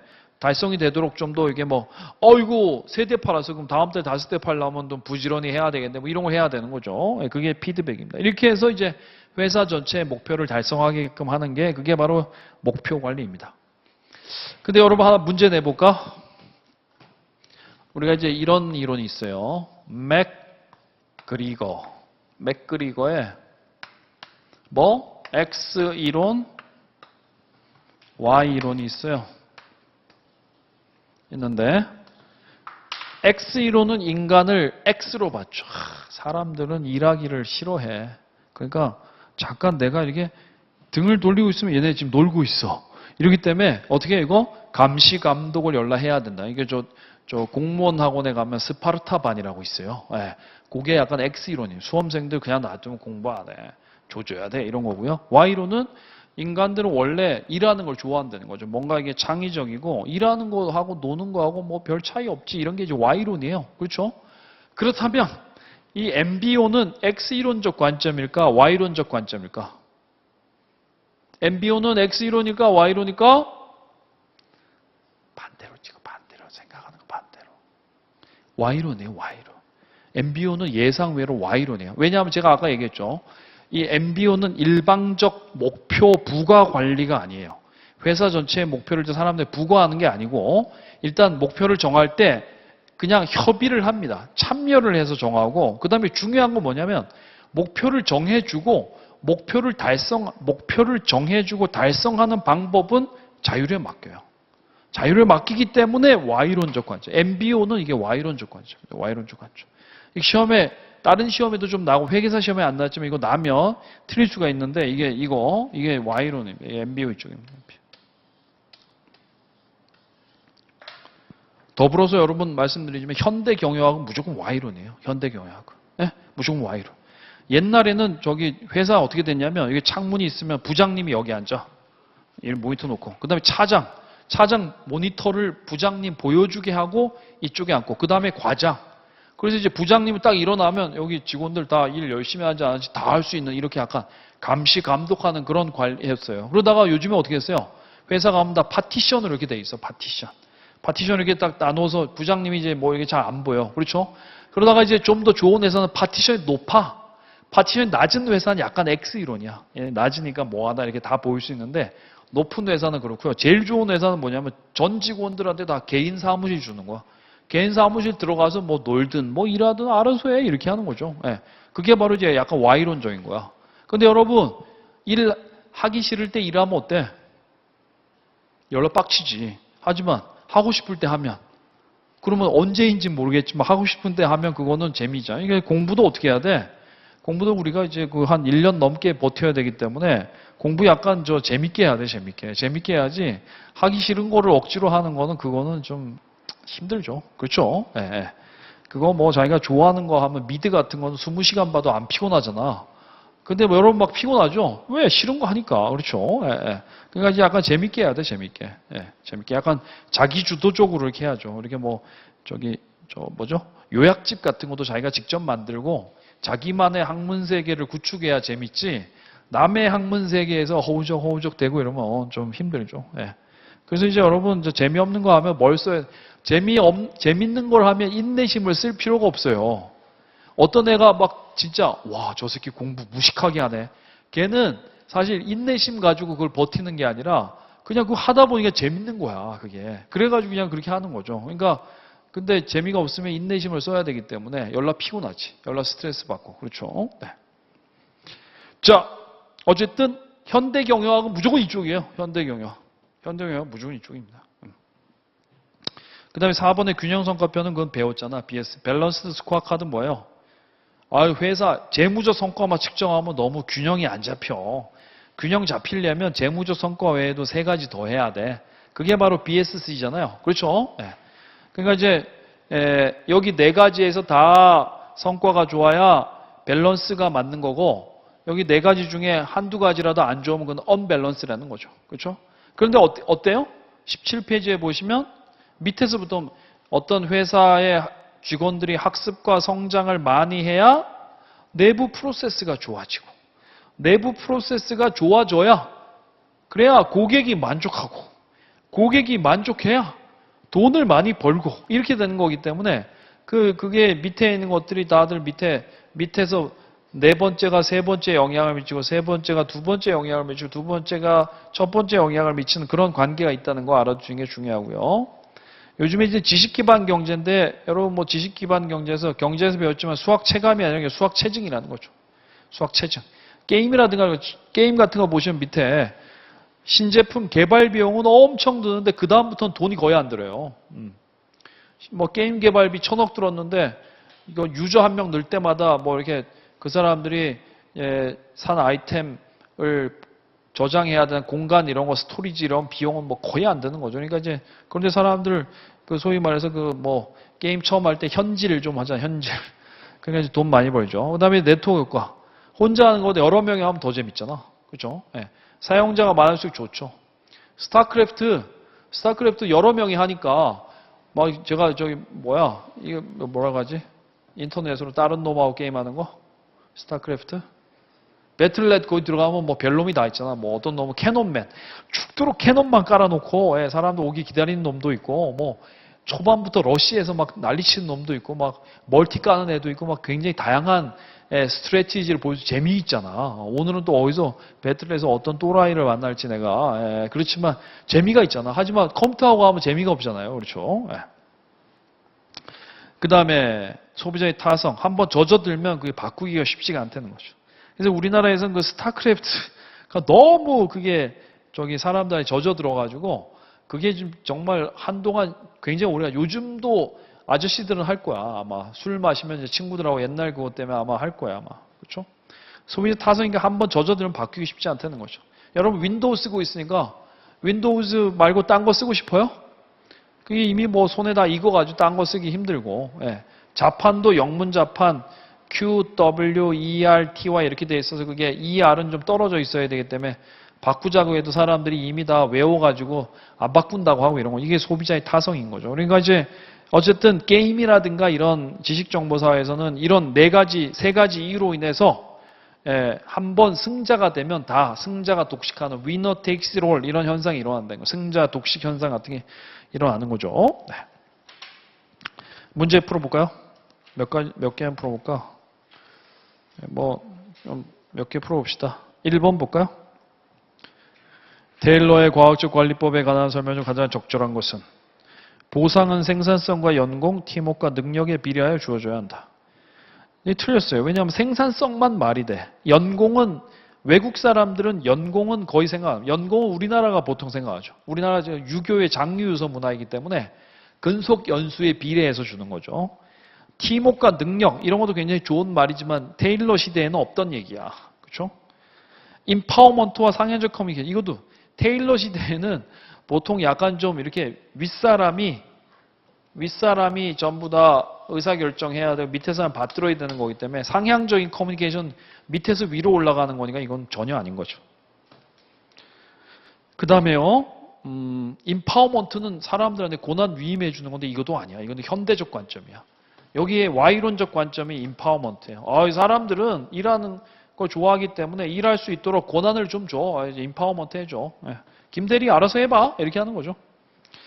동작 연구, 감정 연구, 인간관계 연구 활발해지는 동작 연구 말 되지만 감정과 인간관계 연구 이런 것들은 인간관계론 이후인 거죠. 네. 4번이 맞지만 능률적 작업과 생산성 향상의 주된 목표로 했다. 뭐 찾는 거? one best way 찾으려고 했다는 거죠. one best way, 최선의 작업 방법. 직무 설계가 전문화, 분권화, 개성화, 자율화됐다.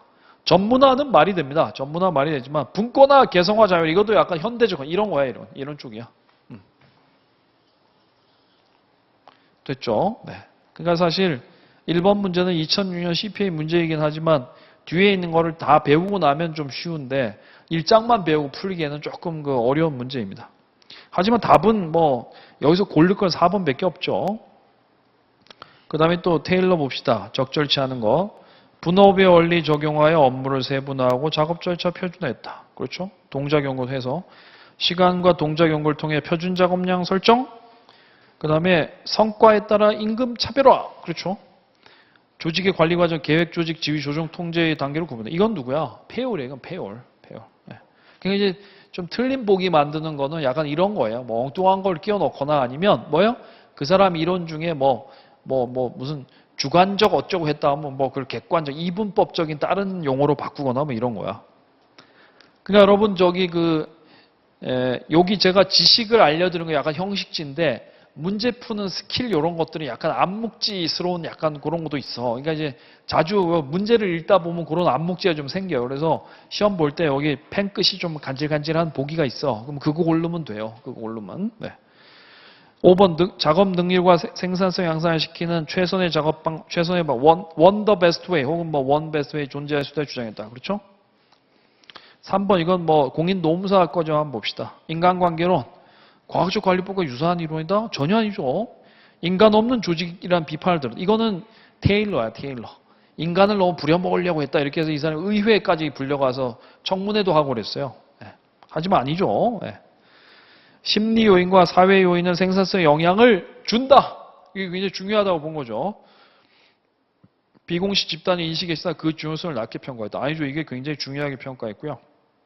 핵심은 예죠 뭐. 메이어와 웨슬리스 버거. 메이어와 웨슬리스 버거가 여기에 호손 실험을 한 거죠. 정답은 5번이고. 4번.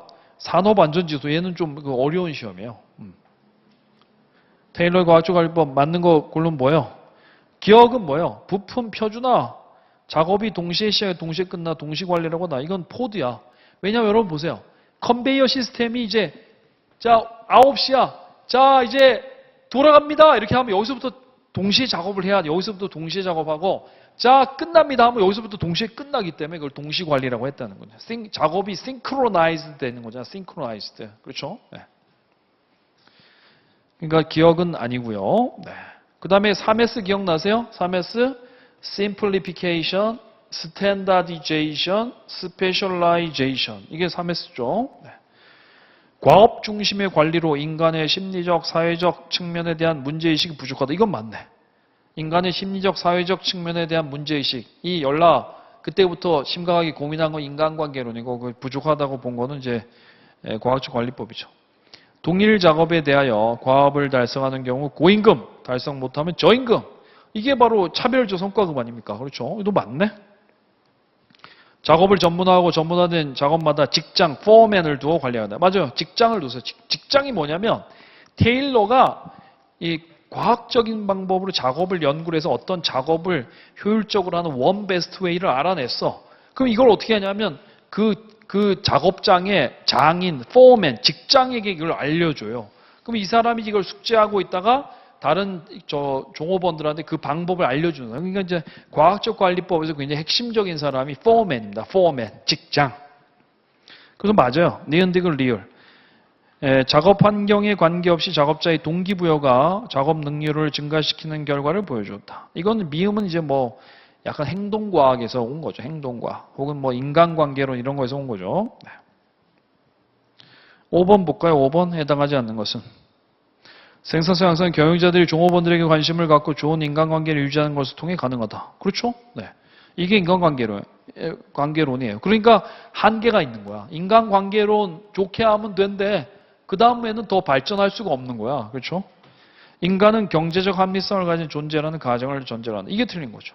왜냐하면 이제 여러분이 굉장히 경제적인 합리성을 추구하는 존재라고 하면, 그러면 여러분은 어떤 의사결정하게 되겠어? 아까 메이크와 바이 중에 경제적 합리성 갖고 있는 사람, 물론 예를 들면 우리도 저 어머니가 연세가 많으시지만 송편 이거 했어요.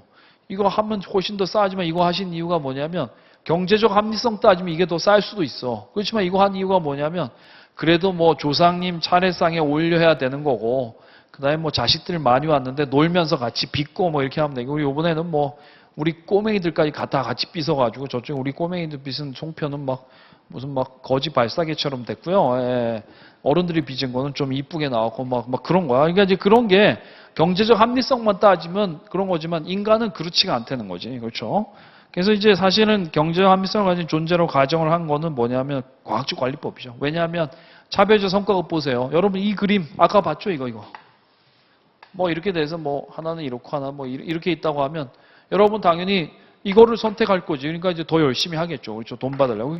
그걸 인간은 경제적 합리성을 가진 존재라는 가정을 전제로 한다는 거죠. 인간관계론의 가정은 아니죠. 경제적 합리성을 가졌으면 사람들이 일 더 하면 돈 더 준다는데도 일부러 거부하고 개기고 이런 것들이 없었겠죠. 네. 비공식 조직의 존재와 생산성을 좌우하는 것은 상사 동료의 관계, 집단 내 분위기라는 사실 처음 밝혔고 인간 중심 경영이 발전하는 계기 이후에 이게 발전이 돼서 뭐예요? 행동과학으로 이어졌다. 그렇죠. 네. 5번 문제 제가 만든 거지만 저 인간관계에서 시험 날 수 있는 뒷부분을 제가 좀 넣어놓은 거기 때문에 풀어봤고요. 7, 8, 9 세 문제만 풀고 쉽시다.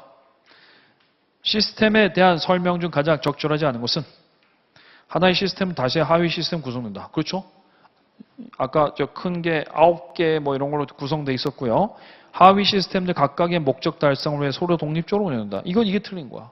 서로 독립적으로 운영되면 어떻게 돼요? 시스템이 붕괴됩니다. 부서마다 다 그냥 지들이 하고 싶은 대로 하는 거야. 그럼 이제 망가지는 거죠. 네. 시스템은 투입, 처리, 산출, 피드백 과정 포함한다. 그렇죠. 뭐 외부에서 들어오고 내부에서 처리하고 그게 밖으로 산출을 하면 그게 이제 나중에 피드백으로 돌아오죠. 기업은 개방 시스템. 그렇죠. 시스템은 피드백을 통하여 균형을 유지한다. 그렇죠. 피드백. 우리가 음식점 이런 거에도 저 주인이 손님들한테 피드백을 좀 받아야 돼요. 정말 좋다 나쁘다 뭐 이런 얘기를 좀 받아서 고치고 해야지. 사람들이 먹고 나서 맛있네요 이렇게 하고 그 다음은 안 오는 거죠. 네. 8번 적절하지 않은 것은 시스템 이론 조직을 여러 구성인자가 유기적으로 상호작용하는 결합체로 보았다. 맞죠? 행동과학 이론 이게 너무 확 틀렸다. 인간관계를 중심한 비공식 조직의 존재와 그 기능을 넓힌 이건 행동과학이 아니라 뭐야 이건 인간관계론이죠. 과학적 관리, 과업관리의 목표는 높은 임금, 낮은 노후비의 원리. 맞죠? 높은 임금, 낮은 노후비. 5번의 포드는 봉사주의와 저가격 고임금. 맞죠? 네. 4번의 구조적 이론은 리엔저닝, 벤치마킹, 아웃소싱 등이 있다. 그렇죠. 라스트 9번. 지식경영 옳지 않은 것은 지식경영은 기업의 내외부로부터 지식을 체계적으로 축적하고 활용하는 경영 기법. 그렇죠? 지식은 더 많은 사람이 공유하면 할수록 그 가치가 더욱 증대되는 수학 체증의 법칙. 그렇죠? 실물은 보통 수학 체감이 되어 여기는 수학 체증이죠. 지식은 형식지와 암묵지로 구분되고요. 암묵지는 학습과 체험을 통해 습득이지만 외부로 들어가지 않는다. 그렇죠? 형식지와 암묵지는 독립적인 지식 창출 과정을 거쳐 각각 저장되고 하는 이게 틀린 거죠. 형식지 따로, 암묵지 따로 가는 게 아니라 서로 엮여서 암묵지, 형식지, 암묵지 돼서 소셜라이제이션, 아티큘레이션, 컴비네이션, 인터널라이제이션 이렇게 계속 돌면서 지식이 계속 커지는 거죠. 네. 나머지는 여러분이 풀어보시면 되겠습니다. 이것으로 1장을 마치고 잠시 후에 2장을 하죠. 네.